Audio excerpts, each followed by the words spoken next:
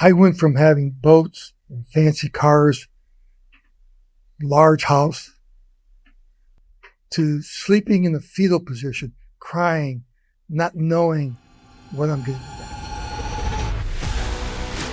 Rick Merlini is a Michigan home builder with over 2,000 homes built in his storied career. He has been featured on Extreme Makeover Home Edition twice, setting the record for the fastest home build ever at 53 hours and 54 minutes. After overcoming the devastating crash of 2008, he became one of Michigan's most sought-after custom home builders once again. His life and career stands as a testament that with enough determination and work ethic, you can weather nearly any storm. How did that process take place where you guys built that business as large as you did? I will tell you this. I don't care what business you're in, process is everything. I'm first going to try to outsmart you. If I can't outsmart you, I'm going to outwork you. The reason why that correction happened, we oversupplied the market. There was more supply than there was buy. How does someone develop that mindset? Okay. Determination. You want to be successful at something, you have to be determined to be successful. Much better to retain than retrain. So if you could go back and give advice to your younger self,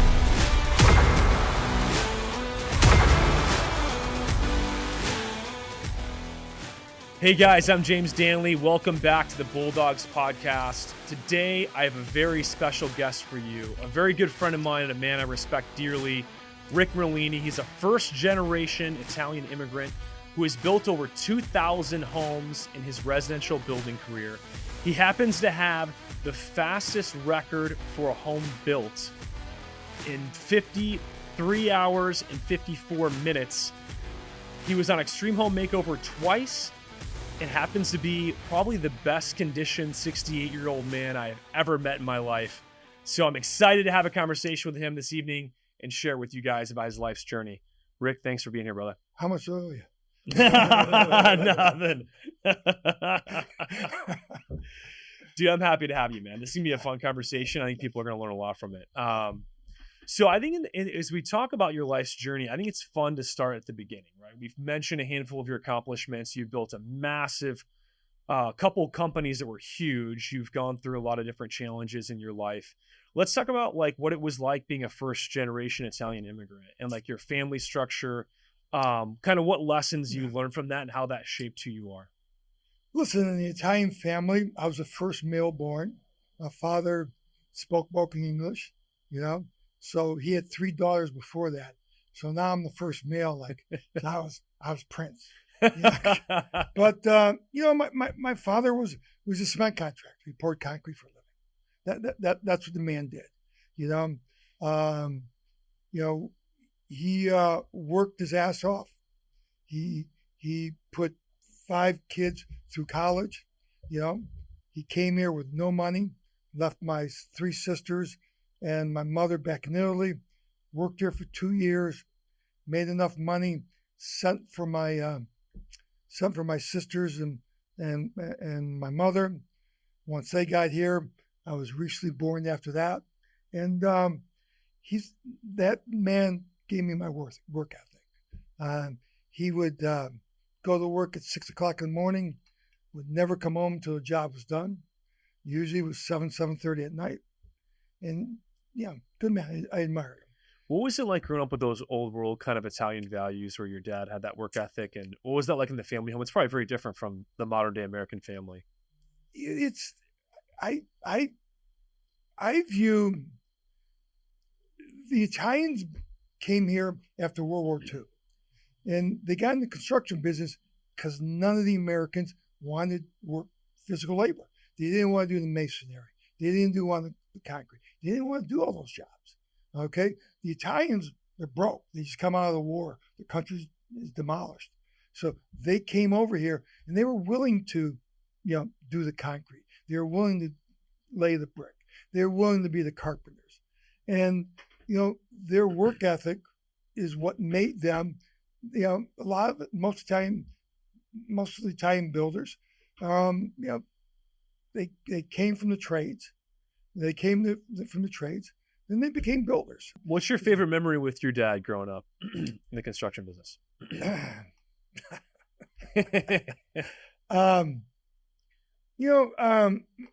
My dad was two different people. When he was on the job, he was focused, wasn't too nice of a guy, and he's focused. Just get the job done, get the job done, get the job done. And then literally we would leave the job and we go home, and all of a sudden he's a different guy. We're sitting at the dinner table, he's jovial, he's smiling, completely different guy. But in the morning, when we got on the job, he was just. So you had business dad and then home dad. How did that affect you at all? In how you are today, or not really? I'm a lot like him in the sense of when I'm at work, I really don't want to talk that much. I'm focused. I'm not really good at shaking hands and kissing babies. I'm not. You don't want to know the truth, don't ask me a question. Political life is not the way to go for you. No. Plus, I got too many skeletons in my closet.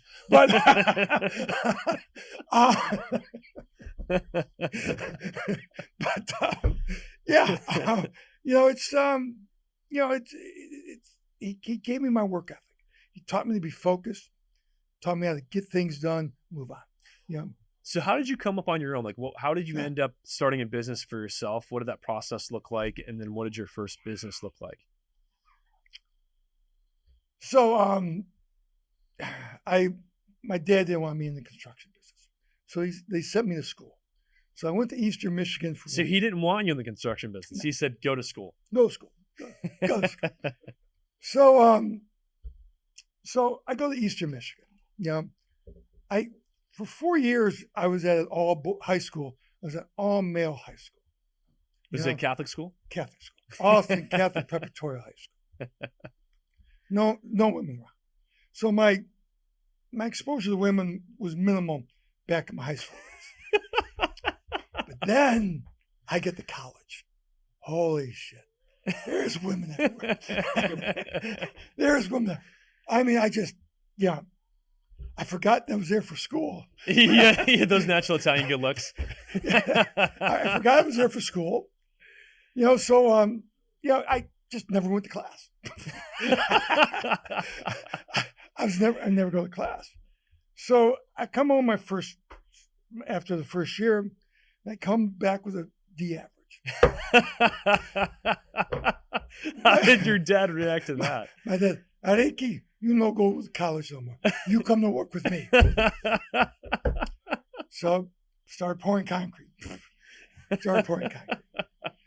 that's so dad realized that you were not meant to be in the college world. Nah, you're going to be in the construction business. Nah, I was a kid in a candy store. There was too much candy. Way too many distractions. So you start working for your dad's cement company. Start working with my dad, and how I got in the building business. Another good story is me and my father. We were two hard-headed people. I wanted to do it my way. He wanted to do it his way. We used to fight like cat and dog. One day, we're doing some job in downtown Detroit. At the time, we lived in St. Clair Shores. Me and him getting a big fight. Do you remember what it was about? I wanted to do one way. He wanted to do it the other way. We're sitting there. I'm screaming, yelling at him. All of a sudden, he gets pissed off. He hits me upside the head with a shovel.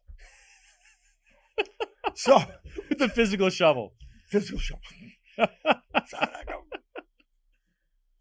I swore at my dad. Says, "I'm leaving you. I'm leaving." I start walking. I'm down in Detroit. I'm 30 miles away from home. And I left my dad, and I'm walking around. And I'm going to myself, shit, how am I going to get home? And I'm looking around, I'm in the wrong neighborhood.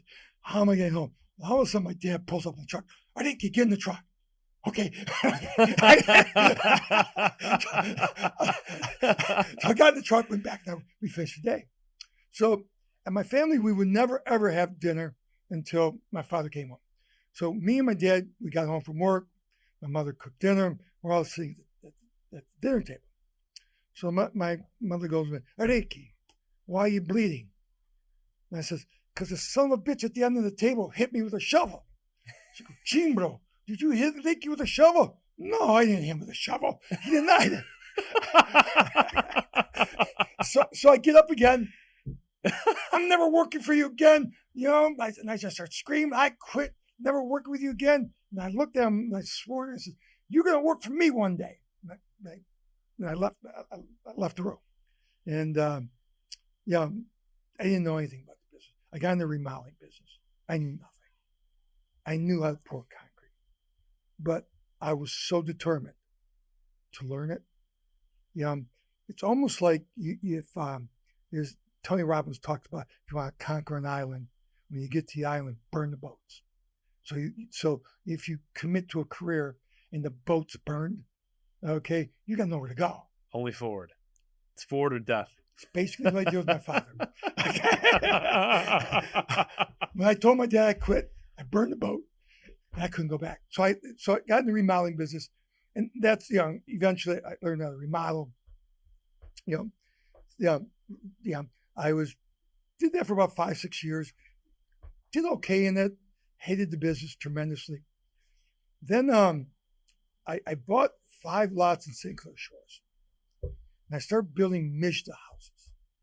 Now this is back in 1982 when the interest rates were like 15, 16, 17%. And the state was helping sponsor affordable housing. And the state would sponsor it. And you could get an interest rate for like 9%, which is steal. I was building 1,100 square foot houses for $69,000. Made more building those 10 houses than I did 3 years doing remodeling. That's when I said, done with the remodeling stuff. Done. Yeah, and then I want to start building. Started building houses. After that little 10-lot subdivision, bought some lots.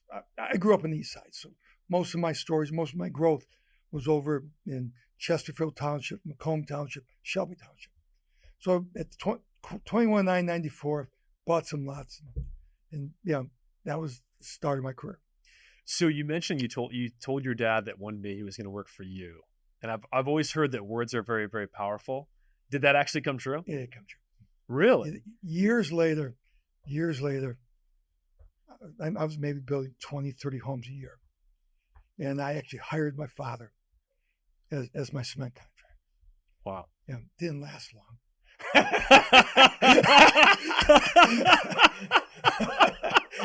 So you still had disagreements on how the business should be conducted. Right. I didn't like how he poured concrete. So I fired him.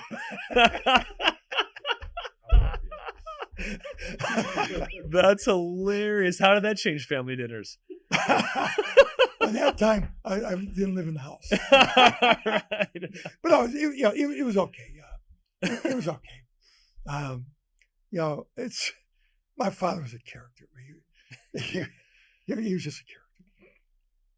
So did you have any challenges that you faced, like being a second generation builder, and like how'd you overcome those, or how did you change the business and make that transition? How'd you learn how to develop homes? Like how did that happen? Because you go from remodeling, you knew construction a little bit, like you start developing. How did you figure that whole business out? I didn't develop. Okay, so I was a home builder. I got into the development game a little bit later. Again, just like the remodeling business, I didn't know how to build a house. I didn't know who didn't. So one of the things I learned was, what you don't know, make sure you hire somebody that does know. And being from San Marino, being Italian, I had contractors. I had basement wall companies. I had an excavator. All these people that knew my father. So it was easy getting contractors because back then, all the Italians basically worked at construction. So it's easy to me to get those contractors. And again, they taught me the business. Okay. I don't know. If you ask me really how I did today, I really don't know how I did. I was just determined to make it no matter what. Okay. I used to have a famous line, fake it till you make it. And that, I would sit there and somehow or another, I would learn. All you had to do was, for me, teach me once. Tell me once and I learned. Okay. And I'll make a mistake once, not doing it twice. And I learned it. But again, both each one of my transitions in my life, you need to burn the boat. Okay, you got to commit to whatever you're going to do. Whether you commit to be a doctor, whether not to commit to be a builder, burn the boat. Don't go anywhere. Because if you burn the boat, you force yourself to be good and to commit to yourself. And to sit there and do it well and learn it. And eventually you'll succeed. There's no other option. You have no option. Succeed or fail. That's it. Because there's nowhere else to go. So you started developing and building homes first, then you shifted to development. Do you have any mentors in that process, or anyone that helped you along the way figure out how to shift from building to development? So one of the things I learned, I was buying all these lots from these developers. Okay. And back then, there used to be two profits. The developer would develop the lots, and when I mean develop the lots, he'd buy the property, he'd put the roads in, the sewer, the water, and electrical, and then they would sell the raw lots to the builders. Okay? Back then, the developers were working at about 30% gross profit. Now, the builders were only working off about 18, 20% gross profit. So developers had a higher margin than the builders had a higher margin. Really? More capital intense. Okay, much more risk. Very hard to get a loan. Okay, but it was a very profitable business. So that was back then. Today's completely different. There used to be two profits. There used to be one for the developer, one for the builder. So I had this attorney that every time I bought lots from a developer, whether it was John Carlo, Mike Chirco, or the Sakwas or anybody, Paul Bringer, this was attorney Paul Bringer. Paul Bringer was always representing them. He was always on the other side. I realized I need this guy to represent me. So I approached him. I said, Paul, I want you to represent you. I want you to represent me. Because I can't. What do you mean you can't? He says, I can't. I represent a lot of guys that you buy lots from. I can't represent you. I go, shit. I gotta figure out a way. How can I get this guy to represent me? So I befriended him. This is a great strategy. I would take him to hockey games. I'd take him out to dinner. I made sure he had a good time. I became friends with him. Well, eventually, one time, I was buying lots from a guy that Paul didn't represent. And it was so much fun having him on my side of the table. It was hilarious. So the bottom line is I want to develop a piece of property. Okay. And never done it before. Okay. And there was back on the east side, back in the late 80s, early 90s, there was a bank there called Old Kent. And I heard that they were giving out loans to developers. So bought this property, had site plan approval and everything else. And I went there to get the loan. And I didn't hear this story until a few years later. Now, how I got the loan. Because when I found out I got the loan, it was like, really? You got the loan? I found out later. And this is a loan for development. To develop it. To develop, not to build houses. Develop. Just to develop the property. Found out years later that at the loan committee, okay, one of the guys asked, so who's representing this guy? Who's this Rick Merlini? Says he's one of Paul Bringer's clients. Really? You want Paul's clients? He says, yeah. He says, what's he done before? He's ever developed before? No, he's this builder. He does 20, 30 homes a year. Okay. They sat there and I heard, he says, he's one of Paulie's guy. Give him the loan. If he gets out of hand, Paulie will bring him in line. And that's how I got my first development loan. I had no business getting it, but I got it because of that relationship. So the relationship actually helped solidify and get you the loan. It was a guy that you also had to pursue and befriend to get his representation. Oh, I begged. Yeah. Still to this day, I will call him and I'll just talk. He, very smart guy, soft-spoken, very smart guy. And we'll have just conversations. And he still mentors me to this day. How did that experience change how you approach business and life, and that lesson of relationships? When I was younger, I thought that all you had to do to be successful was to know everything, or know really how to do it. And I really thought knowledge was king. Knowledge is important, but relationships are more. Relationships are king. One of the things I learned is people do business with people that they like. Okay?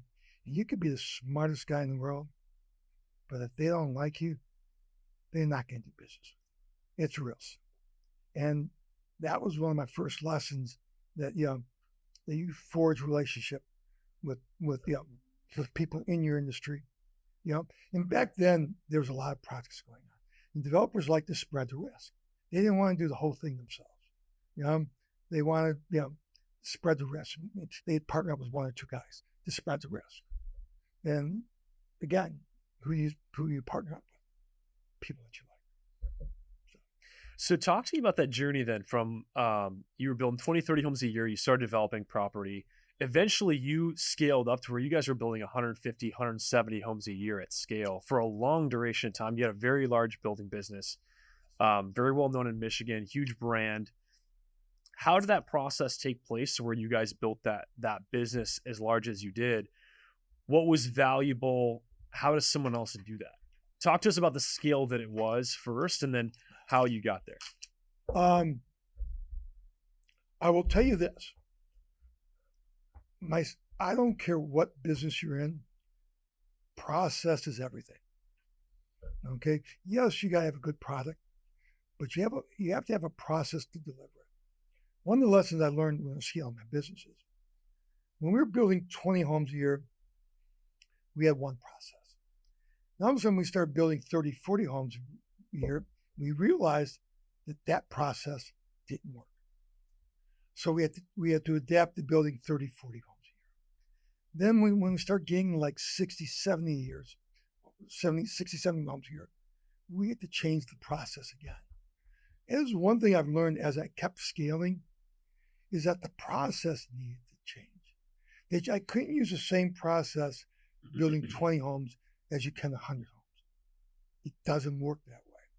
So process, I learned, was probably my strong forte in how I built the business. Do you think that was a natural gift that you had inside of yourself, where you're naturally gifted with process from a mindset perspective, or skill sets perspective, or is that something that anyone can develop? Anybody can develop it. I mean, what is process? I did something this way here. Okay, there was a problem occurred. How do I fix this problem? Improve the process. Okay, you would come up with problems that would occur. Okay, fix the process, and that's in it. Fixing the process, I brought everybody in. Like if I had carpenters, sat with my carpenters, we develop a process. Listen, every time we build a home, this is how we're going to build them. And I did it with my excavators. I did it with my basement wall company. Everybody, my lumber company. We came up with processes. But it was, I did it with other people in mind. How do I make your job easier? We used to have group meetings with the carpenters and the lumber companies. And how do I make your job easier? Tell me. Okay, what do I need you to do? And having these joint meetings and constantly getting the input from the employee, the people actually doing the work, that's how you improve the process. When we got to 150 homes a year, there was a completely different process than even when we were building 100 homes a year. Do you remember roughly what the largest number of homes a year were that you built? Was it in that 150 range, or was it It was about 172. So back in the early 80s, Wow. Back in the early 80s, I had a good friend of mine, Anthony Lombardo. We're still friends to this day. Anthony is now, Anthony's life has taken. In Michigan, everyone knows Lombardo. Listen, Anthony just blew up. But me and him used to be partners. We used to develop subdivisions together. And what we used to do is we used to put my company in there and Lombardo's company. And everyone would think we're competing against each other. We're not. we weren't competing. Anthony would take the low end houses. I would take the high end houses. Okay, and we gave them a choice. The bottom line is I used to split profits on his. He used to split profit on mine. So you guys are equal partners. So we're equal partners. We developed the subdivisions. We developed the subdivisions together. We split the profits. We gave the illusion that we're building two different entities, but we weren't. We're always splitting profits. we just would not compete. We would not compete against each other. But you gave the clients two different options too, which is smart. We give them options. Oh, yeah. That's all it was. But you weren't gonna pin me against him, or him against me.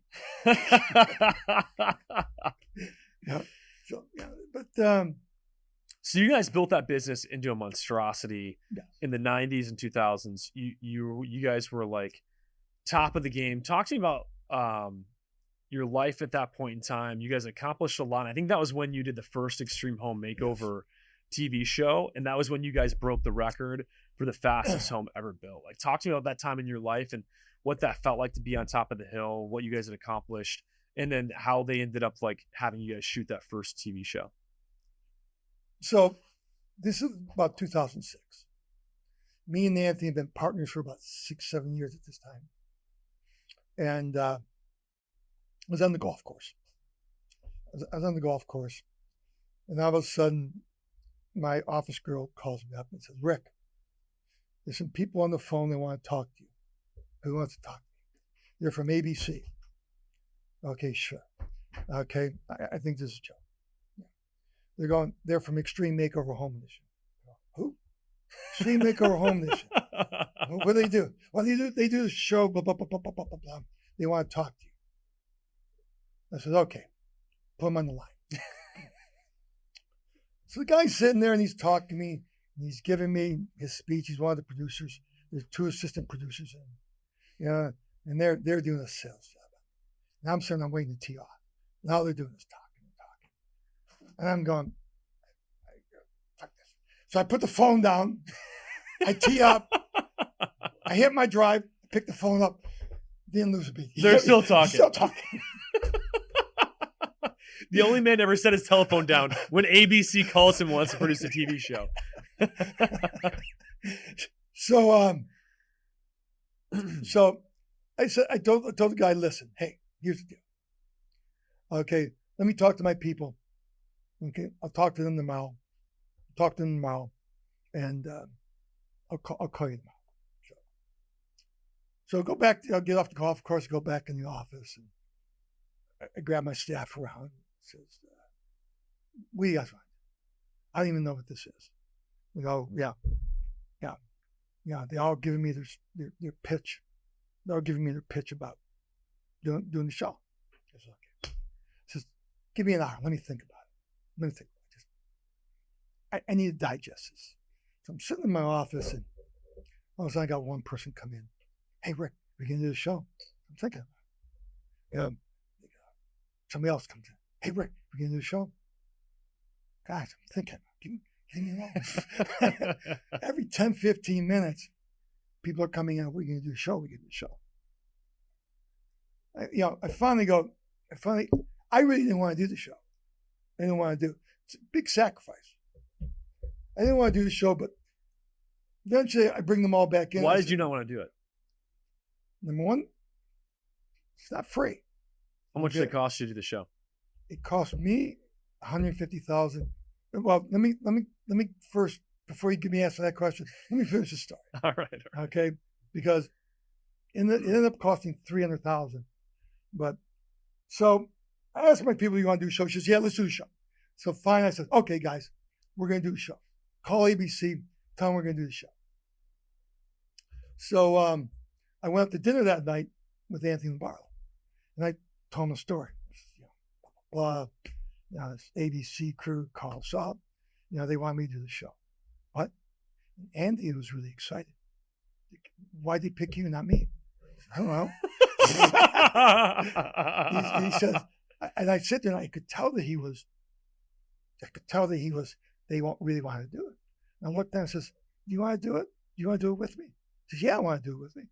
Okay, be at the meeting tomorrow. I meet the producers tomorrow at my office. So they come into my office to talk about doing the show. And it says, well, Rick, are you going to do a show? I said, yeah, we can do a show on one condition. He says, what's that? My partner's got to be in with me. And at the time, it's Anthony. And they agreed to it. So both of you guys tag team the show. So we tag team the show. We tag team. And it costs you how much each? Cost me $150,000. Cost him. So ABC's coming to you, asking you to do a TV show for them, which they make a lot of money on. It was probably one of the top shows back in the day. It was. So, and they're making you pay for it out of pocket instead of covering costs? So here's the dog and pony show to Extreme Makeover Home. They come in 30 days before the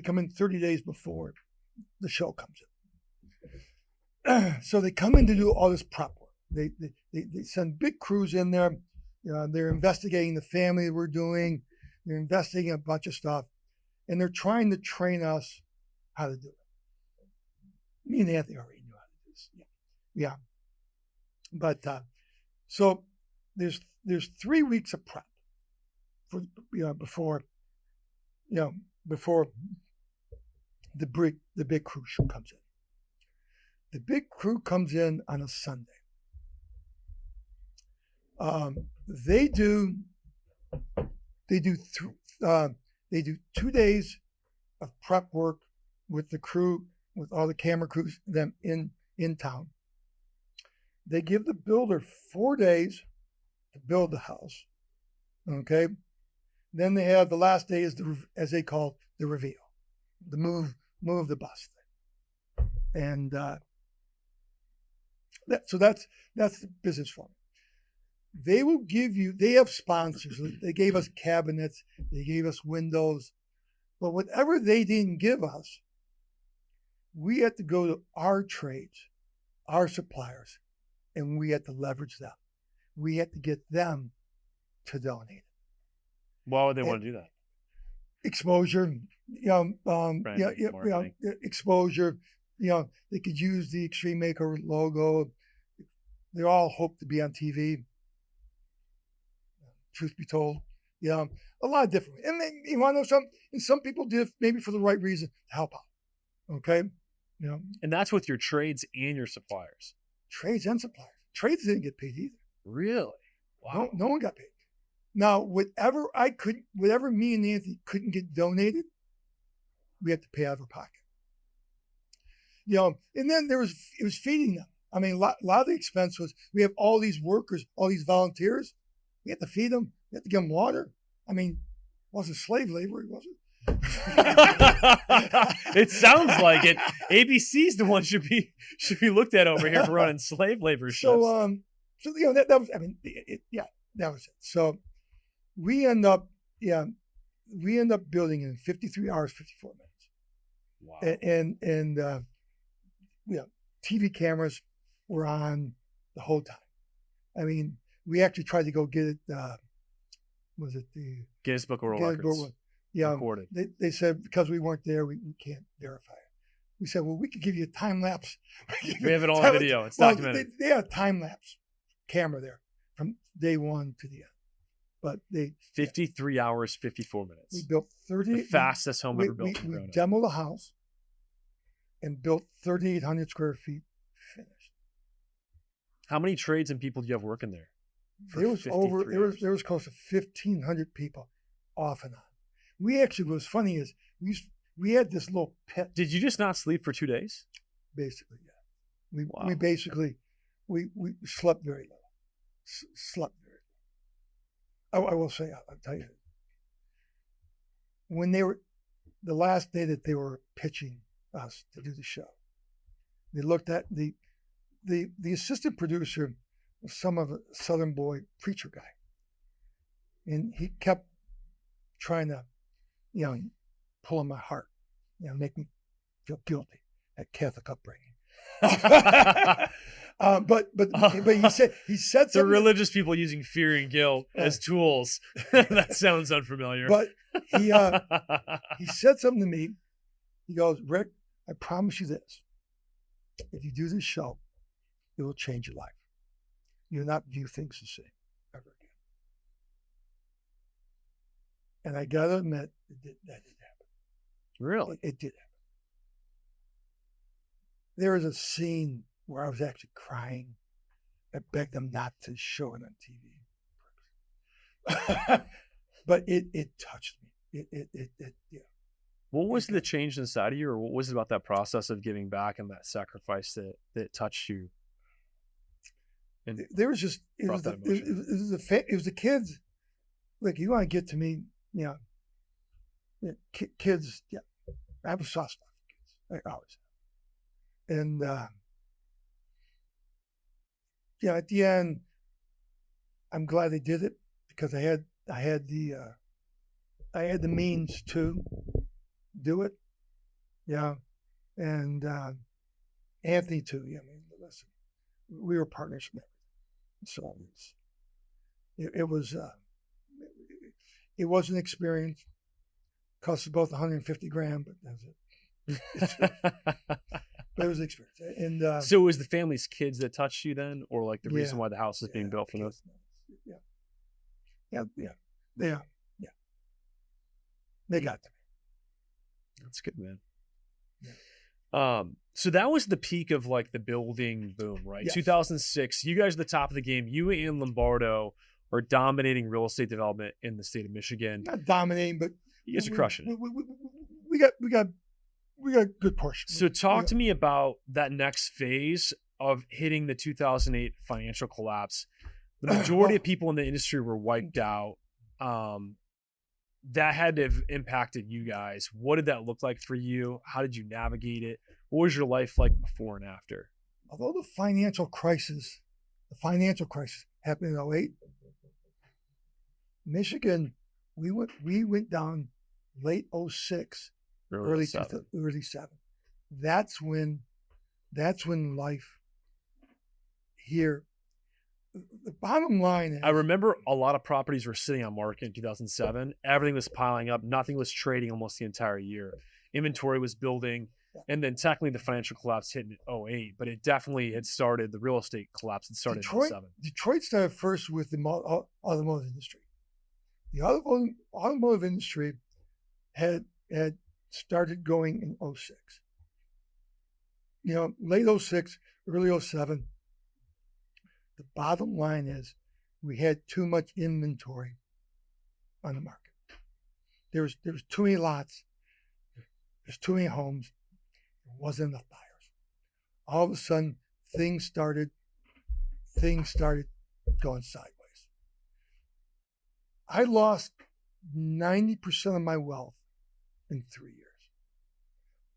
I went from having boats and fancy cars, large house, to country club membership, to sleeping in a fetal position, crying, not knowing what I'm going to do next. I went from worth X million, literally 6 months later, 8 months later, being insolvent, owing more than what I was worth, which was even crazier. At the time, that property was probably worth $25 million in property value. I maybe had $12 million in loans, 12.5 in loans. So you weren't over leveraged. Not super. You were conservative. It was 40-50% debt to property value at the time. 50, maybe 60% tops. Banks were still coming to us before then, trying to loan us more money. Now we're good. It's good. Raw property, the raw property, the lots, literally, the market dropped so quick, so fast, you couldn't correct, you couldn't sell. It wasn't a buyer. It just happened so fast. And, that's, that happened in Michigan in 07.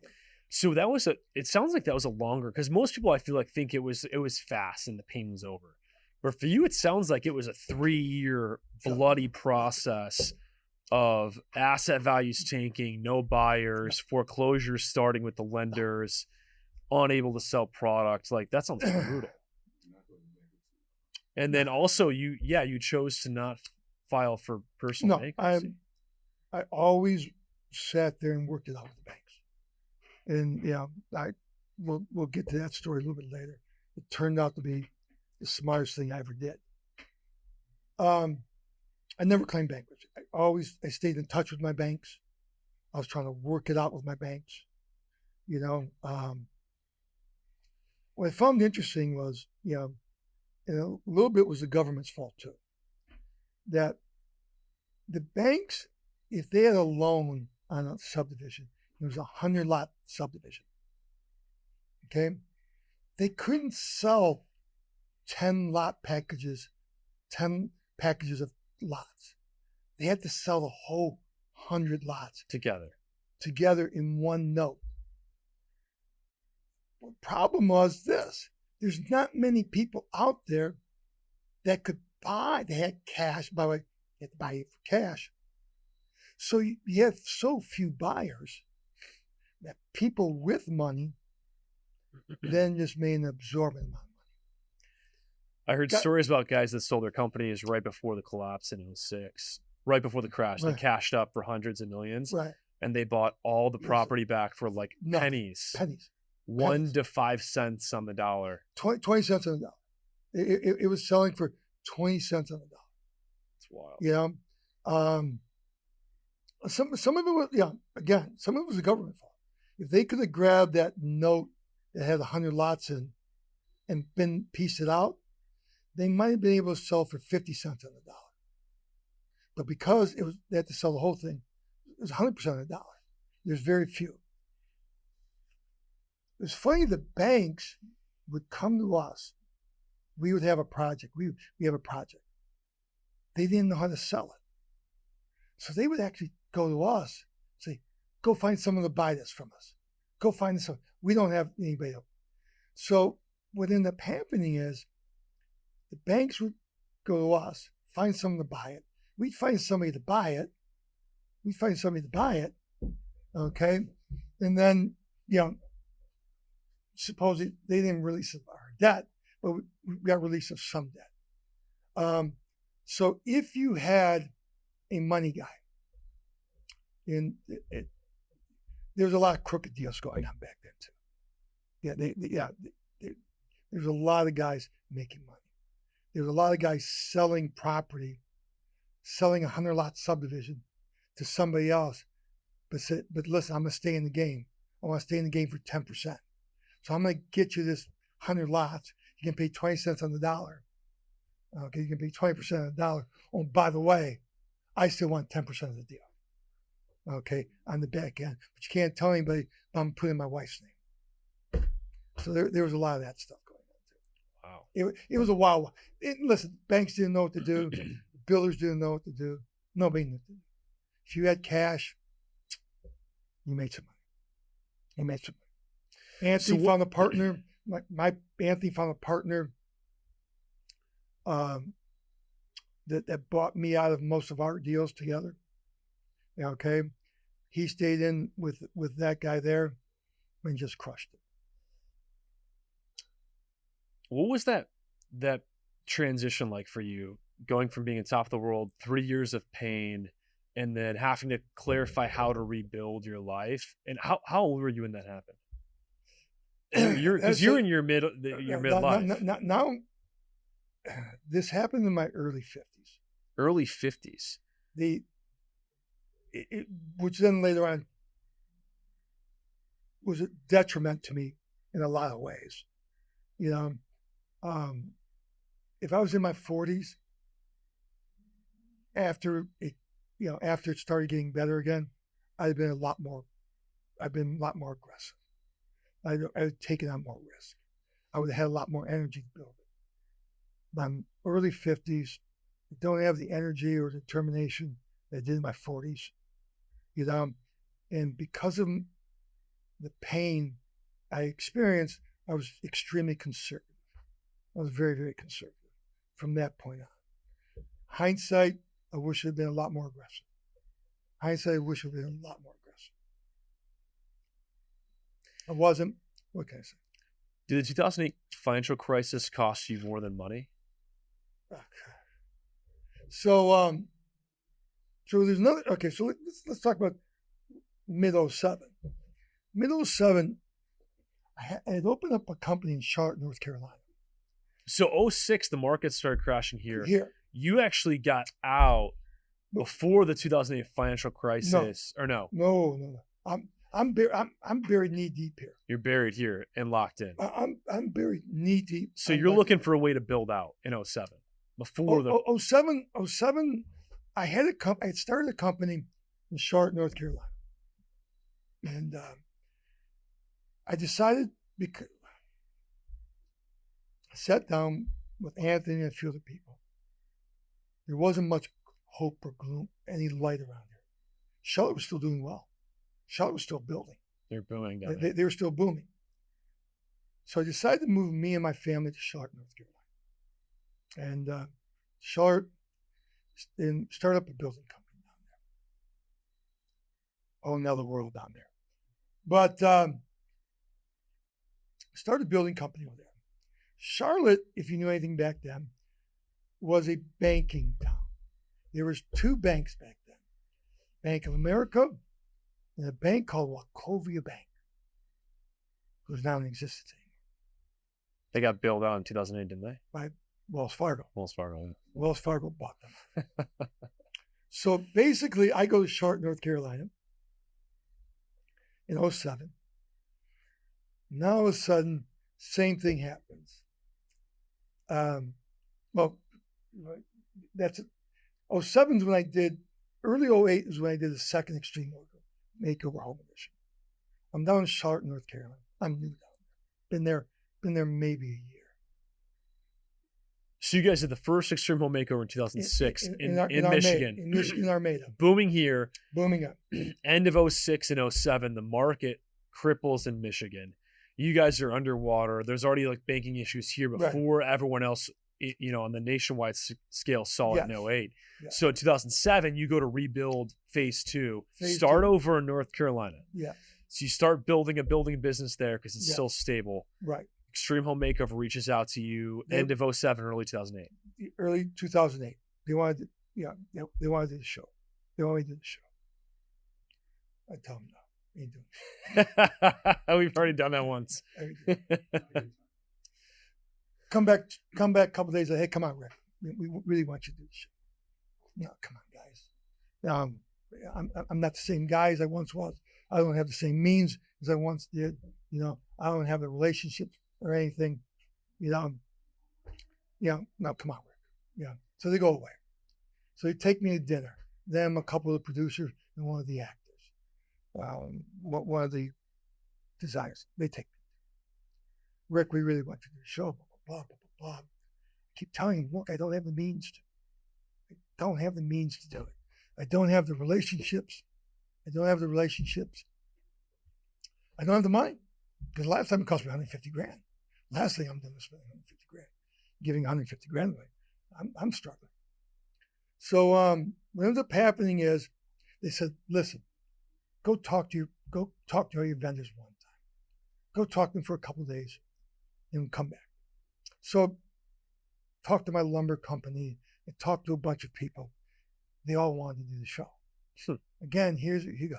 Everyone wants to do except for you. Show, but okay. Yeah, that's right. Everybody wants to do the show. So we have a meeting with the lumber company and a few other people, that wanted to do the show. And I meet with the producers of ABC. So they're pitching me again. And there's about 6-7 people at the table. I looked down and said, listen, guys, I'll do the show under one condition. Now, okay, that doesn't cost me a penny. If it doesn't cost me a penny, I'll do the show. Everyone around the table agreed to it. That wouldn't cost me a penny, so I did the show.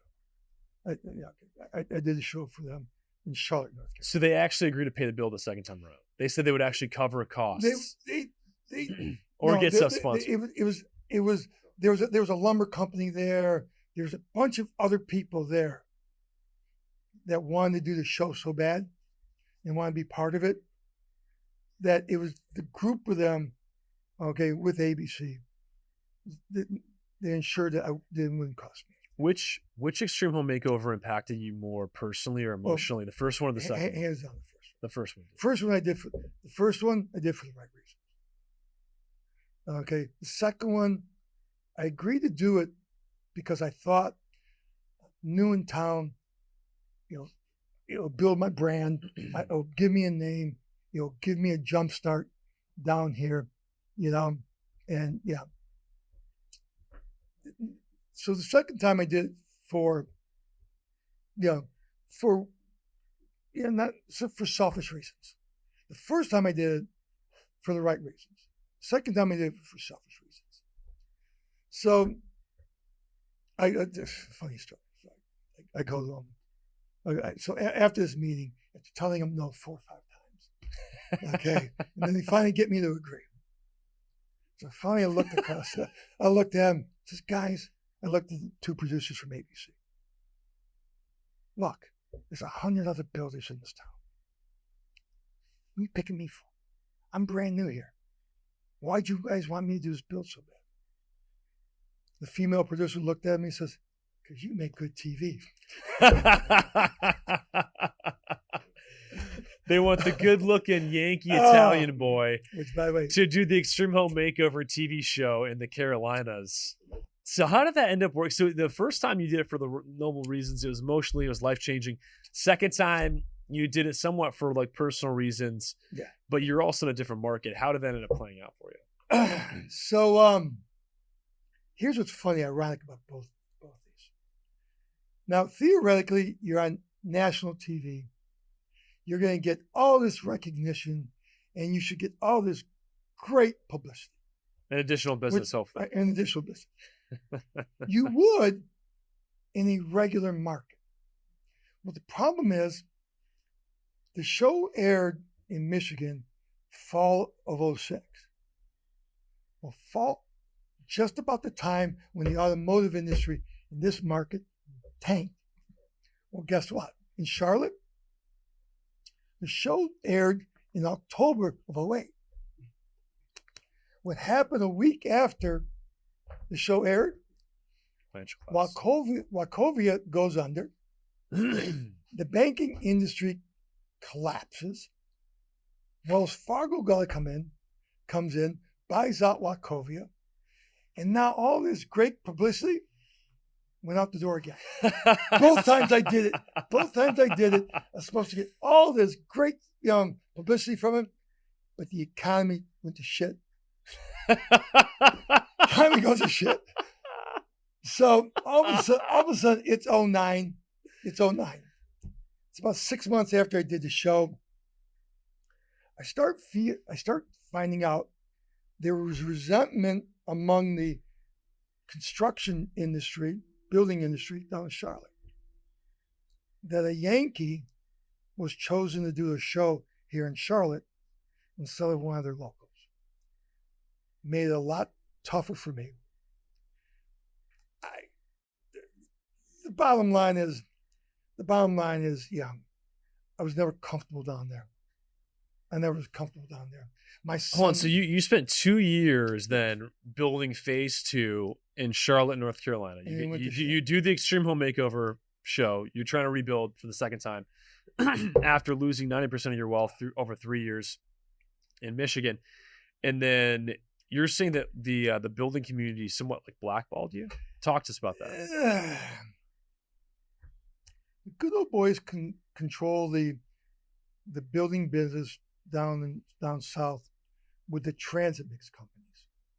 Transit Mix is a cement company. cement. The people that So supply the cement. to build houses, you need foundations. Right. Foundations are made with cement. There was three cement contracts, cement transit mix company. You can only buy cement from one of three companies. There are 3 companies that have a monopoly on the entire cement supply. The entire supply of concrete. Okay, and by the way, they're all if they're not friends, they have a business arrangement. If you piss off one, the other 2 ain't selling. Interesting. And I got in a verbal argument with one of them. He threatened me. I grabbed him. And no more concrete. So you're telling me that essentially you could not get concrete to build homes? Nope. Really? Nope. That is wild, So man. they put me out of business. Which you buy? I didn't. So the Good Old Boys Network in Charlotte, North Carolina, there are 3 major concrete contractors, and they literally blackballed you where you could not get foundation support to build homes. Listen, they're better than the mob. These boys are more efficient than the mob. Yeah, Wow. I mean, it was crazy. So you were forced into rebuilding a third. So what at that point in time how did you feel about that experience? You're trying to rebuild a second time. You invest several years of your life, new community. You took your wife, your kids down there, and then now you're moving again to rebuild the third time. So we moved back to Michigan. One of the things I learned when things got bad in Charlotte, when things get bad, everyone tends to circle their wagon around their family and the people they know. And I get it. Neither you're in that circle or you're outside that circle. Because I didn't have relationships down there, I was outside of the circle. So the bottom line is, when I moved back, me and my son, we hated it down there. We didn't fit in. My wife and my daughter loved it down there. They did not want to move back. Really? My wife and daughter didn't want to move back. Me and my son just hated it. Yeah. Look, me and my son, we just didn't fit in. I joke around. I tell them I just made a bad hillbilly. The good old boys didn't like me. I just wasn't good at being a good old boy. So that was that, man. So we moved back here to Birmingham. I buy a foreclosed house. And I remodel it. The deal was I was gonna. This is in 2008. 2010. Okay. This is actually Christmas 2009. You're one of the first guys in Birmingham to start rebuilding new construction after the financial collapse and building homes on spec too. And you saw a market, I think, that a lot of guys didn't necessarily know was there or weren't willing to take a risk on, and you forged that. So path. 2010, no one's building anything around there. And I'm sitting there, I'm going, hell, I can buy a Birmingham lot for $60,000. That's insane. Today you can't buy a Birmingham lot for less than 300 grand. So I can buy a 40-foot lot for 60 grand. I sit there and I pencil it out. I can build a 2,600 square foot house at the time. I think I could build it for like about 200 grand, 190, 200 grand. That's wild. So I'm all in at 260. And I can sell it for 400 because the foreclosures were selling for high threes. And listen, you can always get a little bit more with new construction over years. For sure. So I'm sitting there going, this is insane. It's a no-brainer. This is a no-brainer. I'm buying foreclosed lots for 60. I'm building for about 200. Okay. I'm selling for 400. I'm making a bigger profit margin now than you did before. I'm making $140,000 a house. You know, I'm going, this is insane. So I kept buying. I kept kept buying. And of course, the lots went from 60 to 70 to 80 to 90, and it was the foreclosure lots. To 120, to 180, right. to 250, to 300, right. to 600. They just keep going up. It was just insane. So that's Birmingham was very good to me. So talking about that transition, so you went from being a mass production home builder to now you moved to Birmingham. You're building infill specific, like luxury homes in a high demand community. Well, first, how did your business and your life change? Was that a benefit? Okay. Was it nice? Was it a difficult adaptation? So listen, they weren't in the beginning. They weren't real luxury houses. They were nice houses. They were nice, but they weren't luxury houses. Okay, they were nice finishes. They were great value. They were new construction houses, $400,000, Birmingham, 2,600 square feet. That's great value. To give context, you can't build a house now for less than $1.2 million, $1.4 million, $1.6 million on the exit. I mean, the last couple we built, they're all selling for over $1.5 million now. Okay. It's a different. Back then, I was strictly building on 40-foot lots. Okay, so right now, I'm watching some of the houses that I sold in 10, 11, 12, that I sold for $390, $400, $410. They're trading for $800, $850. Wow. They're a little dated because they're 10, but but they're trading in the eights. Maybe next time we should build them and rent them and hold them. Listen, that I don't think we'll ever see a period like 07 to 2010. I also don't think we'll see from 2010 to 2015, 16. Because by the time we got to 2016, the market started stabilizing. It started, the foreclosure homes are gone. You're not buying those anymore. The foreclosure homes are not in. They're gone. Now you're buying, and you're buying from them. So talk about it, because there's a lot of people that are like looking and waiting for the next market crash. They think that the markets are cyclical. They're looking for the next 2008. There's like, I'm going to wait a few more years. The market's going to crash. I hear this all the time from clients. So everyone's thinking the market's going to collapse again. Talk about why you don't think we'll experience that. So here, previous to 07, now by 07, I'd been in the business over 20 years. Now we had corrections. We always had corrections. But back then the corrections were maybe 10%. 15 was a huge correction. Monstrous correction. It was a monster. But back then we used to have 10% corrections. It's just, they happen. Sure. It used to happen every 7 years. So there'd be a correction, it was 10%. Never ever did we ever have 50, 60, 70% correction like we did in a way. 8, 9, 10, 11. Or 8, 9, 10. The reason why that correction happened, we oversupplied the market. Very simple. There was more supply than there was buyers.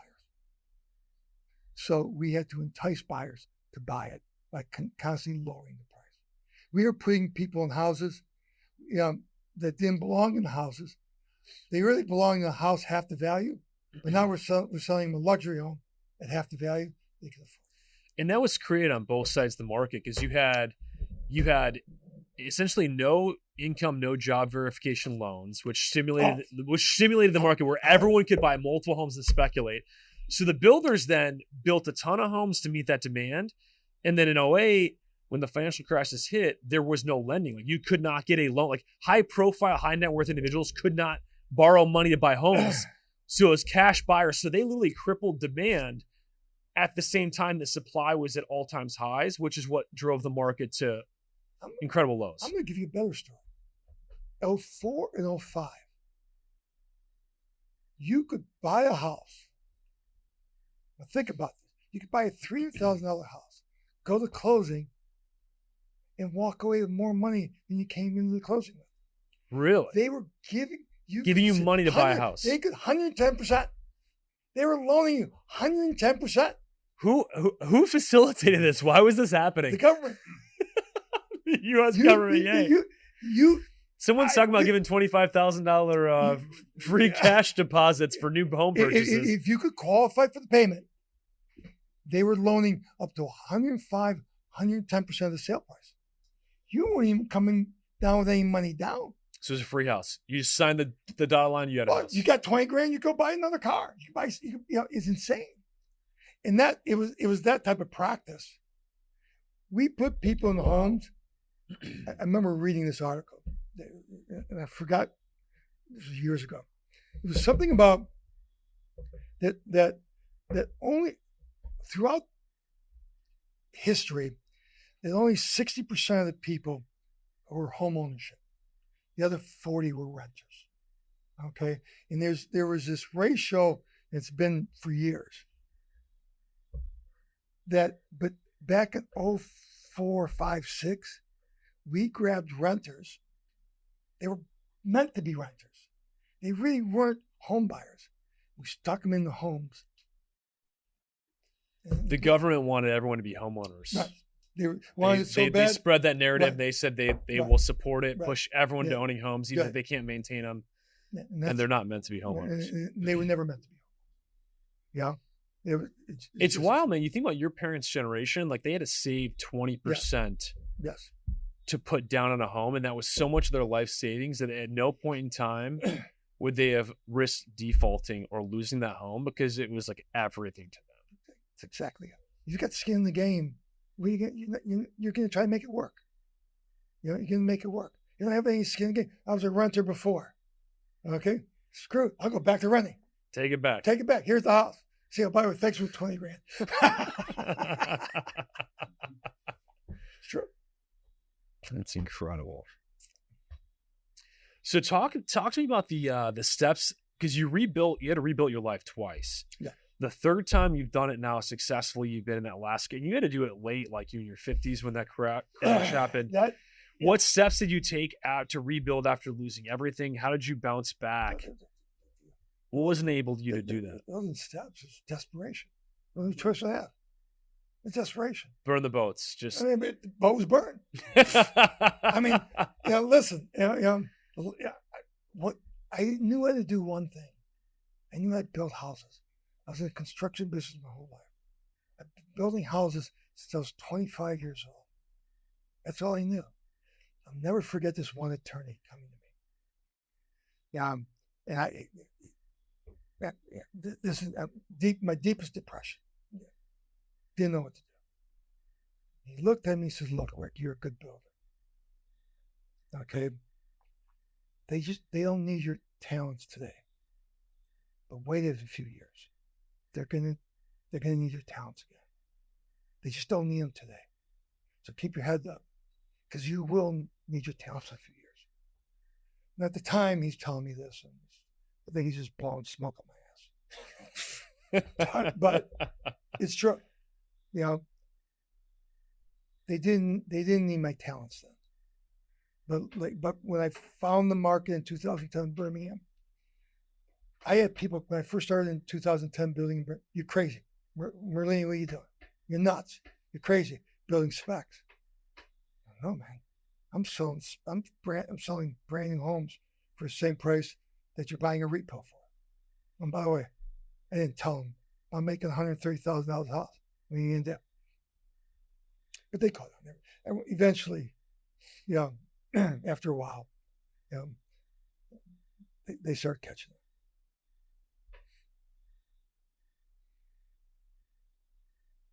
So talk to me about, like, you intentionally chose not to file bankruptcy Yes. during the financial collapse throughout 06, 07, 08. Yes.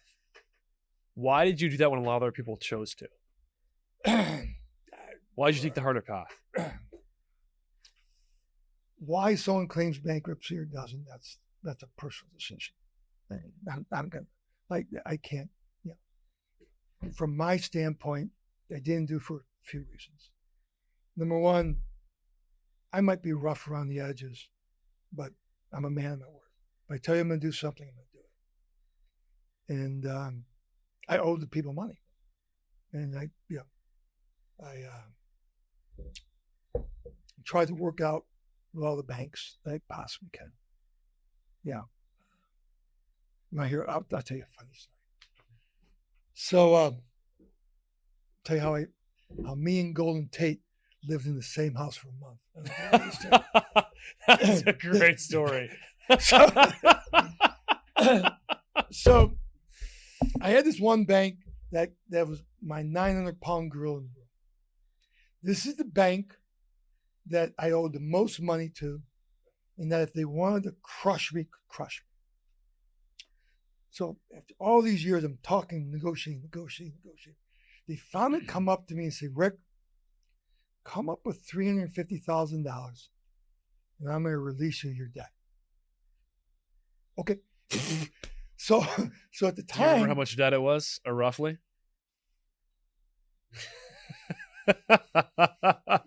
Because I know it was in the tens of millions originally before you went under. It was a high single digit millions. Okay. So I get this office from Fifth Third Bank, and they say I got 45 days to come up with $350,000. Didn't have it. I had some properties. I owned some property because I was still doing some. You're rebuilding, yeah. Rebuilding. So Was this 2009, 10? 2011 or 12. Okay. Somewhere around there. So I put everything up I had for sale. Everything I had up for sale. And I was living in the house. I was living in this house. Okay, in Birmingham, it was on South Lawn. All of a sudden, I get a showing on my house, and this guy comes in with this entourage guy, little short guy. I'm looking at him. Yeah, okay. I'm going, can't be a football player, can't be a basketball player, must be a baseball player. Because he's small. He wasn't that big. He wasn't that big. So we sit there, show the house, me and him talked a little bit, we laughed, we had a good time. So he leaves. Next day I get an offer. Offers me $800,000 cash. Here's my $350,000. So to pay off probably. To pay up, I don't know. To pay off. Well, under 10 million, but it was a large amount of debt. To get the 900-pound gorilla. To get the 900-pound gorilla off my back, it's cost me $350,000. I'm in. That's a home run. I'm in. So I accept the deal, but I tell him, listen, I need 45 days to find somewhere else to live. This is early in the season. This is when they do spring training camp. No, before spring training. OTAs they call them in the very, very beginning. This is like in May or something. So he goes to me, he says, I said, I need 45 days. So he agrees to. So we go to closing. He writes me a check, and I got 45 days occupancy. All of a sudden, a week later, okay, they're in training camp, and they got stuck in the hotel, the Henry Hotel down in Dearborn, okay, where they keep all the athletes. They're not even putting them in the Daxton? No. The Daxton was around then. Just kidding. They're down in Dearborn. Calls me up, says, Rick, I can't take this. They got me in this hotel. Can I at least move in the basement? What? So yeah, can I move in because I had the basement, I was sub at bathroom. Can I move into the basement? It's all finished, yeah. It's all finished. Man, sure you want to move in? Sure. So Golden Why not? So Golden Tate Golden Tate moves into my basement. For those of you that don't watch football, Golden Tate was one of the top wide receivers for the Detroit Lions for many years. Very well known. So Golden moves down, go in my basement. All of a sudden, me and Golden became friends. I'd be cooking. He'd be coming up eating dinner with us, So one time he says, hey, Rick, do you mind if I throw a little party here? Okay, you can hang around, okay? I want to throw a little party here. Yeah, shit, your house. Throw a party. This is during your 45 days occupancy. Right, you sold the house. You paid off a ton of debt from the bank. But here's what's worse. I'm sleeping in the master bedroom with my girlfriend. He's down in the basement. He owns the house. And he's in the basement. Living the dream. So he says, Rick, can I throw a party one time? I said, yeah, go ahead. All of a sudden, I got Matt Stafford at the house. I got Ricky Bell. The running back at the time was Ricky Bell. I got all these lions in my house, and there's me. I remember seeing you out back then, man, and you're always out with those guys all the time at all the bars in Birmingham. It's like it's an entourage going out. But he was a good guy.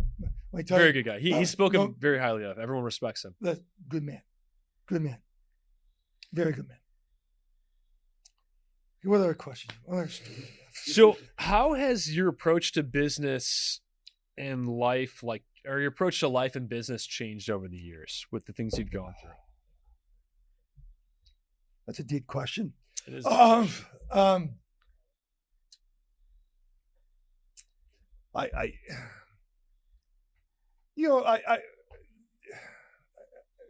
don't think they've really changed.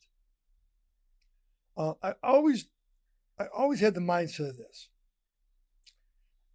I'm first going to try to outsmart you. If I can't outsmart you, I'm going to outwork you. But one way or another, I'm going to beat you. Okay? It's either I'm going to outwork you, I'm going to outsmart you. Okay?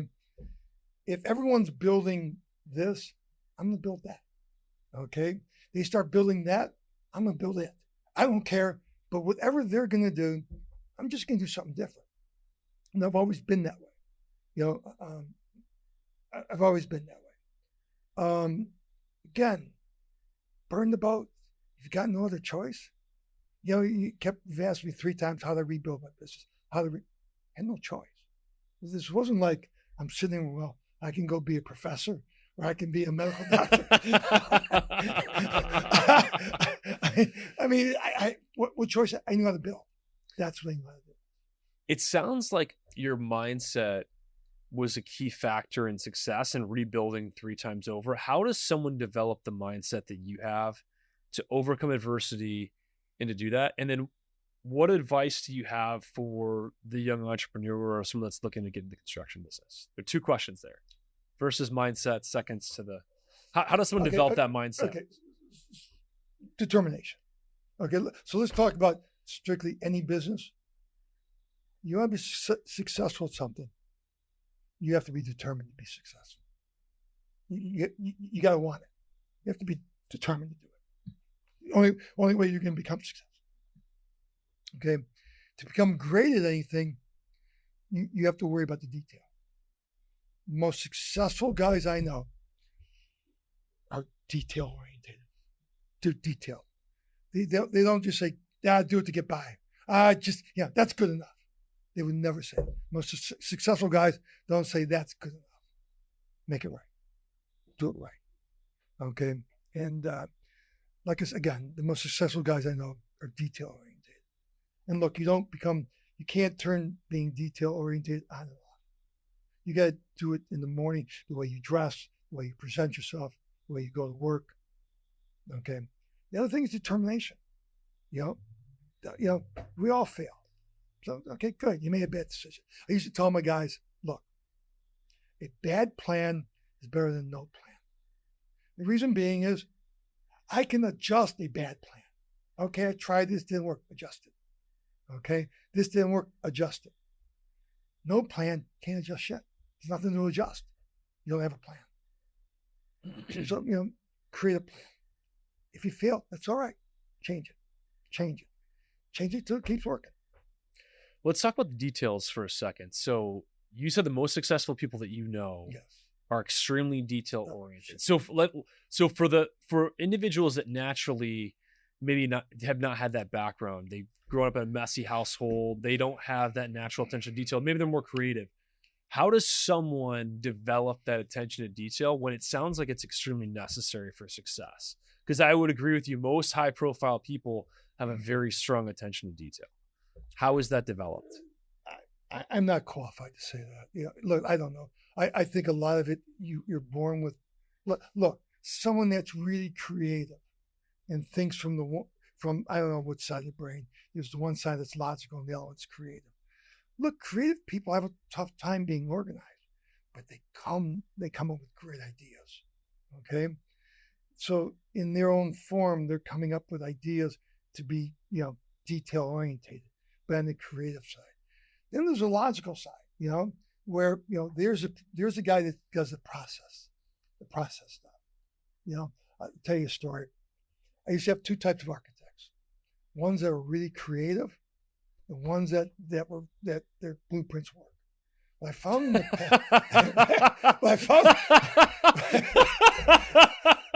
there used to be these architects that would look at a piece of paper. Wow, that looked great. Okay, and then go try to build it. Nothing went together. And then I got this other guy whose stuff goes together, but he couldn't come up with a creative idea of his life to pet a gun to his head. And I finally figured out it's two sides of the brain. These are two different personalities. Okay? Now, if you can blend them, damn, you're good. So what's your question? So someone that's young and creative, how do they become successful and develop that attention to detail? You mentioned that it's integrated into every aspect of your life. I'm a home builder. I build homes. Okay? I build houses. How does a creative person do it? I don't know. I don't know. Okay? I do know that if you do something that you love doing, okay, it's not a job. It's a passion. I always loved building. I always loved building houses. I always have. I know we've spoken in the past, and you said that you don't have to build anymore, but you still do. Like, what is it that keeps you building? Because let's be honest, you're in Miami every weekend.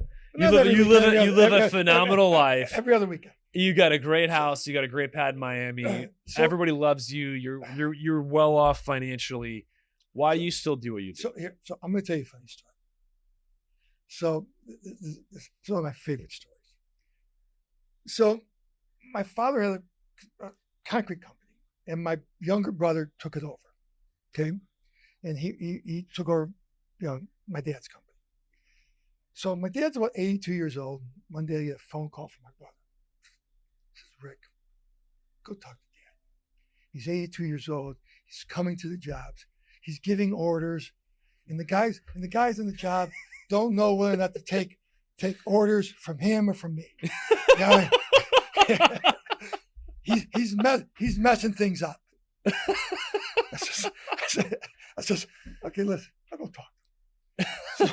So I call my dad and I go, "Dad, hey, look, man, you're 82 years old. You got enough money. There's no reason for you to go on the job site and pour concrete anymore. He says, why don't you think about retiring?" He looks at me and says, "Ariki, what are you going to do? Stay home with your mother? I go to work." I sit there. I call my brother. Leave him the fuck alone. I completely understood what he meant. Okay.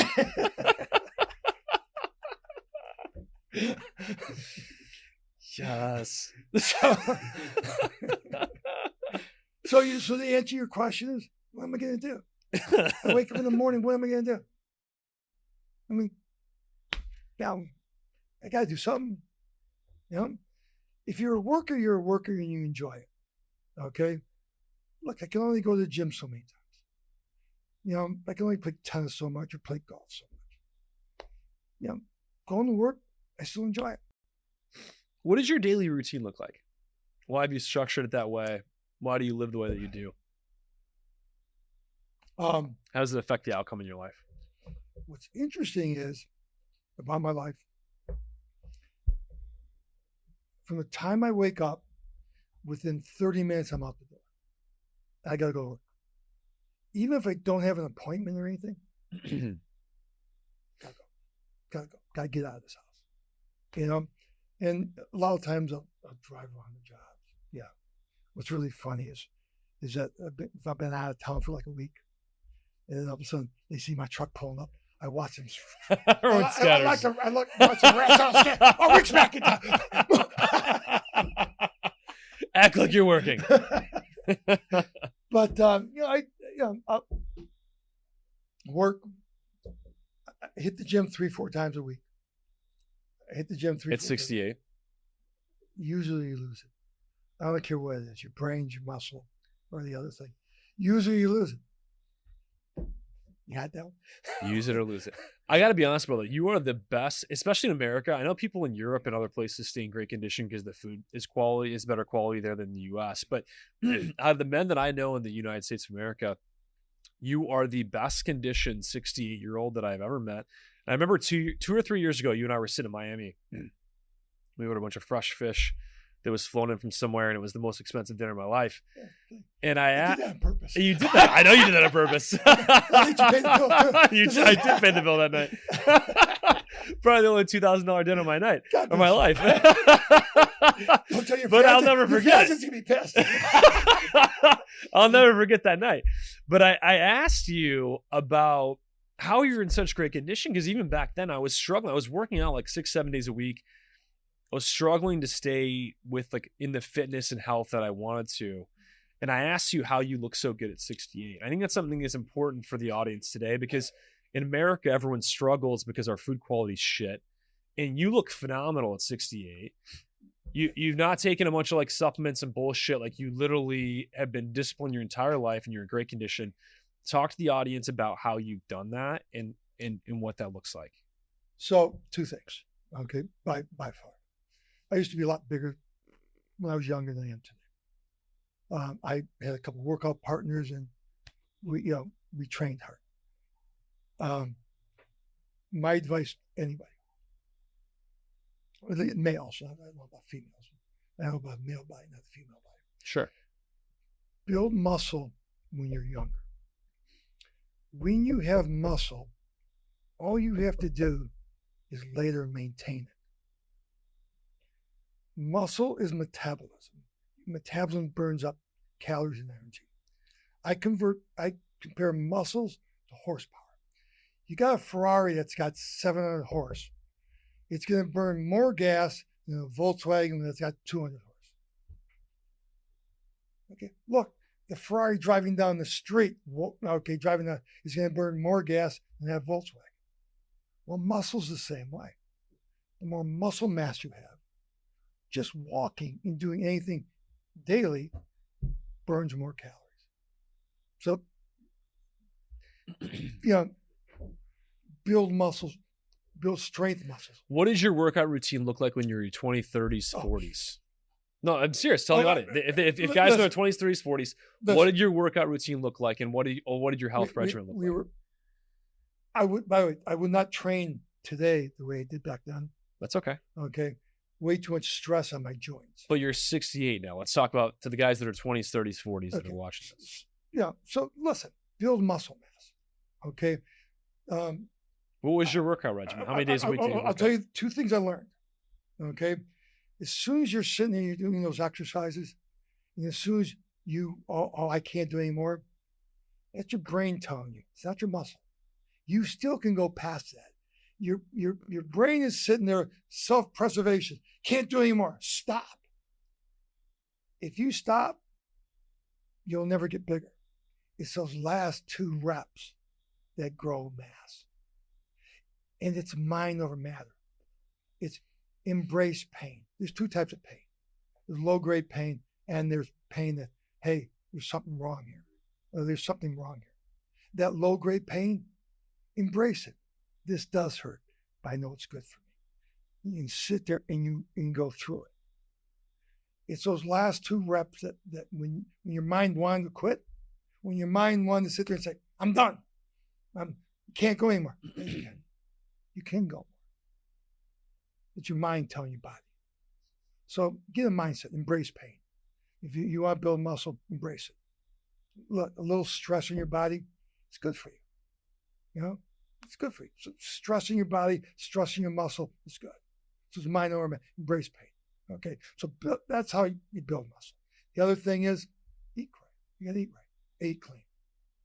So talk about eating clean, because a lot of people in the modern era, it's pushed that you eat a bunch of like veggies and soybean oil dressings and a bunch of bullshit from some green places. There's not a lot of protein intake. How have you eaten throughout your career? What does that look like? How do people analyze it in simplistic form? Listen, I'm not a nutritionist. I don't know. What have you done that has worked for you? You're 68 and you have credibility. When I look at something, I ask a simple question. has this been processed? Has it, white bread, been processed? Okay, white rice, been processed. Brown rice, not processed. So I have a simple thing. I look at something, has it been processed? And I try to stay away from anything that's been processed. Okay, and eat things that are out of the earth. That's as simplistic as I can get. Like I don't do butter, I don't do margarine, but I do a lot of olive oil.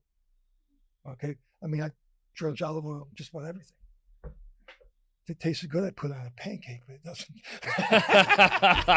But I don't eat pancakes, so it doesn't matter. Again, this is pure olive oil. It's not the mixed stuff No, with vegetable oil and manufacturing oils in it. Same thing with like a lot of the salad dressings people Right. push. You have Oh, to I look at the don't- ingredients. I don't. Soybean oil and vegetable oils are garbage. They literally create inflammation in the body. They're Right. all manufactured for cost perspectives. I don't buy any salad dressing out of a bottle. You make it from scratch. You make it with gosh. olive oil and vinegar and your own ingredients. Right. Listen, You eat high protein as well. You Yeah. eat a lot of fish, a lot of steak, a lot of eggs.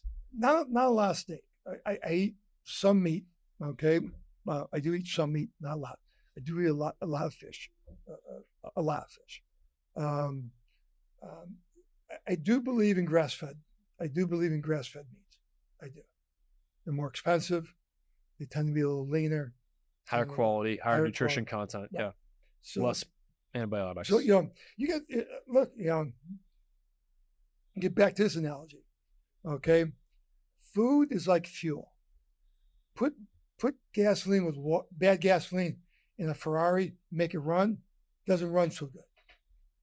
Put good fuel in the car, it runs. Food is your fuel. Now, by the way, as you can tell, I have one vice. I'm not that saintly. Everybody's got to have a vice or two. I actually got two vices. One I can talk about, one I can't. Man, there's so many questions I could go through. We don't have time for all of them. Talk to me about the current. I want to do a little highlight on your current business because I think it's valuable. You're one of the fastest builders in this market. Talk to us about the innovative technologies you use in home building, how you build faster than the other guys in the industry, your processes, what sets you apart from a lot of your competitors. Give us a pitch on Live Well Custom Homes and why you've done such a great job in the luxury communities in Michigan. Listen, there's a lot of great builders here. Lynch is a great builder. PRM are great builders. There's a lot of great builders in this market. Okay, I build differently than they. Okay, again, they're going right, I'm going left. The reason why I build faster than they do is process. Okay, it's process. That's all it is. How I built the house in 53 hours and 54 minutes is process. Okay, it's all about process. All about having the selections well in advance, know what you're doing. I mean, it's just like a game plan, like a football game, having a game plan. Okay, we're going to execute. Here's our game plan. Well, building a house is a game plan. Okay, I know what we're going to build way before we're building it. Okay, and when you have building ultra custom and there's constant changes, it sets you back. It sets you back. So I tend not to sell my houses until their choices are minimal to make. Okay, but I'll have a game plan. So it's process. How I build it, it's more process than everything else. Okay. The question was, how does he hire employees, contractors? What does he look for? This is from our producer, Luke Lade, by the way. So, I remember watching this thing on Navy SEALs, and the one thing that I look for is loyalty. Okay, I'd rather someone that's loyal to the fault, than smart in hell, and I can't trust. Okay, I want that loyalty. the guy that's going to be that guy that's going to be with me. Again, that's the bulldog. That resembles the bulldog. The bulldog's extremely loyal. Right. It's disciplined. It's hungry. It Right. overcomes adversity. Look, it's when you have someone that's loyal, you know what to expect. You know there's less surprises. They stay with you longer. Right, they stay with you long. They just do. It's just loyalty is very important. I'll tell you this: much better to retain than retrain. Okay, much better to retain than retrain. Retraining costs a lot, not only time but money. Okay, retraining. You got a good guy, retrain him, teach him. You need a different job for him to do, retrain him. As long as he's loyal, you can retrain him. So I've always said that a college education, besides being a medical doctor or lawyer, which you have to learn, Or the relationship value, like okay, you said earlier. specific skills. Look, when we used to hire in the construction business, the only thing that a college grad taught me was he had enough discipline, to go 4 years. That's what it taught me. And by the way, whatever your professor taught you at the construction school, don't care. This is the way we do it. Okay. It's not real world. No, what the degree taught me was you can commit to something for 4 years and finish it. So if you could go back and give advice to your younger self, what would you tell yourself when you were 19 to 25, starting out all over again? What counsel would you give to your younger self and to enable you to produce at a higher level, grow faster, overcome obstacles, maybe skip over some of the hard lessons you had to learn? I've been better at building relationships. So build relationships. Okay. One of the things I did at one point in time when I was starting to get really successful, I became attached to one guy. And me and him partnered up on everything. He had other partnerships. I didn't have any partnerships. My only partnership was him. If I had done anything, I would have had other partnerships too. I did, I wouldn't have been so loyal. I'm not saying loyal. Loyal is not the right word. I wouldn't have had all my eggs in one basket. I would have built a bigger tribe. So you do believe that partnerships can be beneficial to building businesses as opposed to everyone trying to run solo? It's horsepower.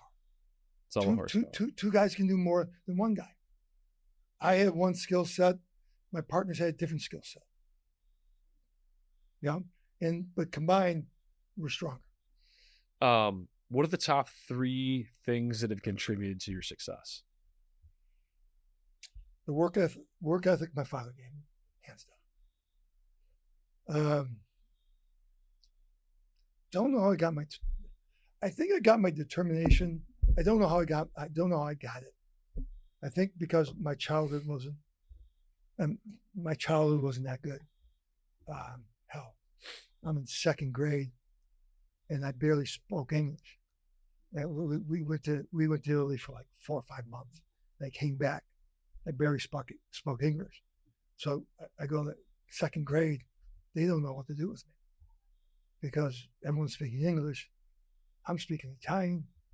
So they put me in these special ed classes because they didn't know what to do with me. You couldn't speak English. Because I couldn't speak English. Wow. So my childhood, I had a tough childhood, but so that, that anger, adversity, that adversity, forced me to succeed. And then the last thing is sports. One thing sports teaches you to do. Every sport team has a really talented guy. Then they got their mid-level guy. Then they got their grunt guy. But to be successful, you need all 3 of them. You can't have a team of all superstars because someone's got to do the grunt work. Okay?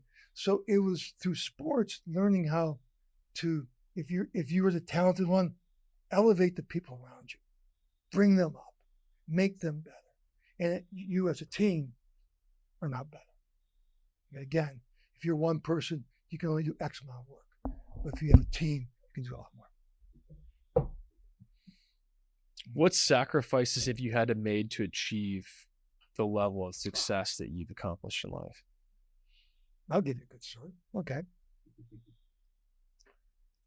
I opened up my first company when I was 21 years old. Okay.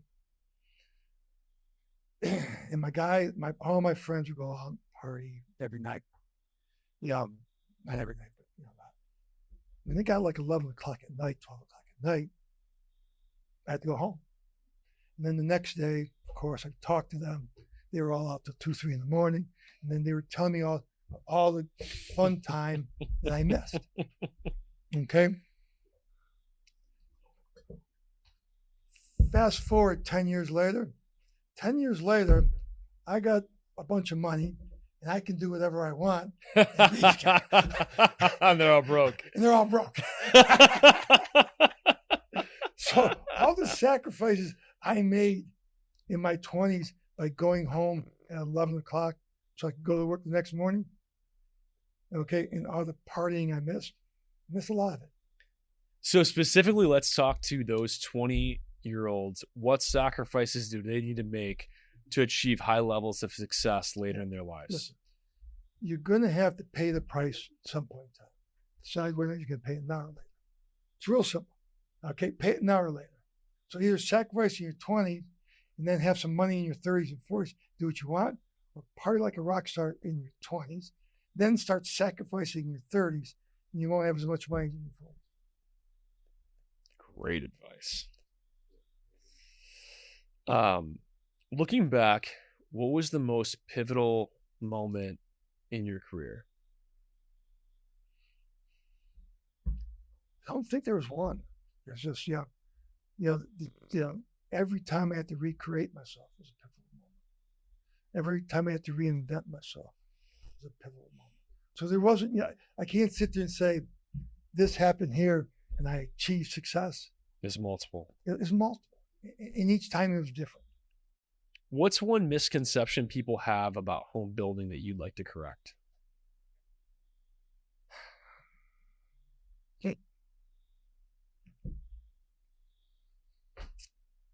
Look, the building process can be a lot of fun. The building process can be fun.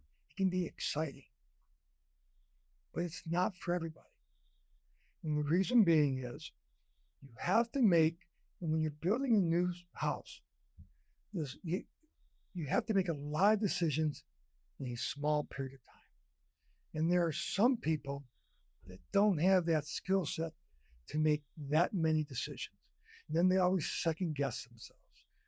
And it just becomes hell. I remember, I bet you in my career, we have sold a couple of houses. By the time the house was finished, they got divorced. Because it was so stressful. To them, it was so stressful, they ended up getting divorced. That's wild. But there are some people in this world that are just not set to make that many decisions in a short period of time. And guess what? It doesn't make you a bad person, that. Sure. You just don't have the skill set. And I get it. But you got no business building a house. Just build something that's already done. Buy something that's done. Buy something that's Save done. your marriage. Save your marriage. Listen. I mean, listen. Buy a spec home. Save your marriage. Lesson number 20.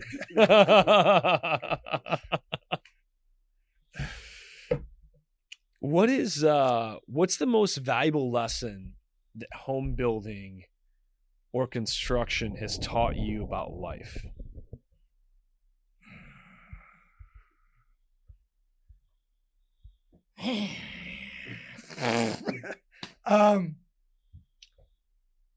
It's working with people. Building a house. I'm a professional babysitter, is what I am. I got all these trades. I got to listen to them. Okay. I got to get along with them.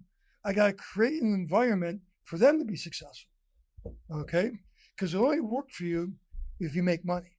So I need to create an environment that, so they can be successful, they can make money. It's the same thing outside. In personal life, it's the same way. Okay, you have to create an environment that people will receive you. Listen, and when I first meet somebody, I'm reserved. I don't, I'm not really good at going there. Hey, how you doing? My name's Rick. Okay, I tend to, whenever I get in new situations, I tend to sit back and analyze it first. Okay, I wish that I wish that I could be more open immediately with people. Okay, but once I do trust you, don't ask me a question, because if you don't want to hear the truth, here it is. So I don't know if I answered the question, but yeah, it's my ADD kicking in. So. Talk to me about people ask you questions and you're very transparent, you're honest. Yes. Where does that come from? So, my bluntness has no malintent in it. Some people, when they're very, very blunt, they have malintent to them. I just want them to be better. I want to share my expertise. Listen, I'm not the smartest guy in the world, but in my 42 years of building houses, hey, here's what I've learned. Okay. You want to do that? I don't think that's too good of an idea. I had a guy the other day. Wants me to take all the bathtubs out of the house. All he wants is showers. And I look, he's a single guy. And I go, look, dude, I understand you're a single guy. I understand you don't want a bathtub. I get it. But one day you're going to sell this house. Okay. And if you don't have a bathtub in it, you're not going to sell to anybody with a young kid, because young kids don't shower. They take baths. Okay. And so I was blunt with the guy. Okay. I was blunt with him. And we still pull out showers. He still had all showers. He didn't care.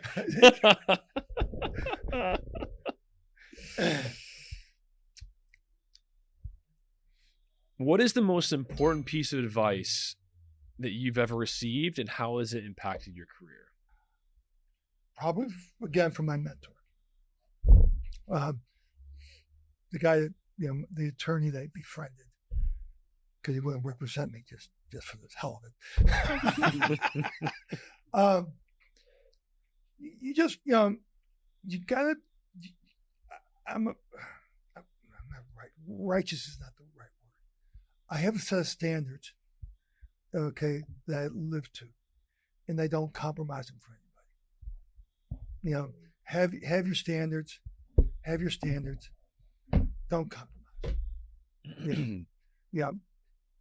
Listen, some people are going to like you, some people are going to dislike you. It is what it is. But be true to yourself. I go to bed every night knowing that I did the right thing. At least in my mind, I did. Whether it was the right thing or not, that's another question. But that jury's out. But at least in my mind, I went to bed. I was honest guy. I did the right thing. Okay. So that's a great piece of advice. We went long. I appreciate your time, brother. This has been fantastic night. A lot of content, a lot of lessons. The last question: if you could only pass down one lesson to the next generation of builders, what would it be?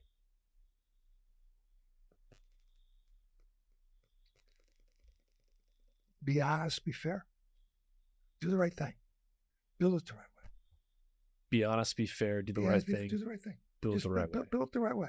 Look, you make a mistake. Hey, sorry, made a mistake. Let me fix it.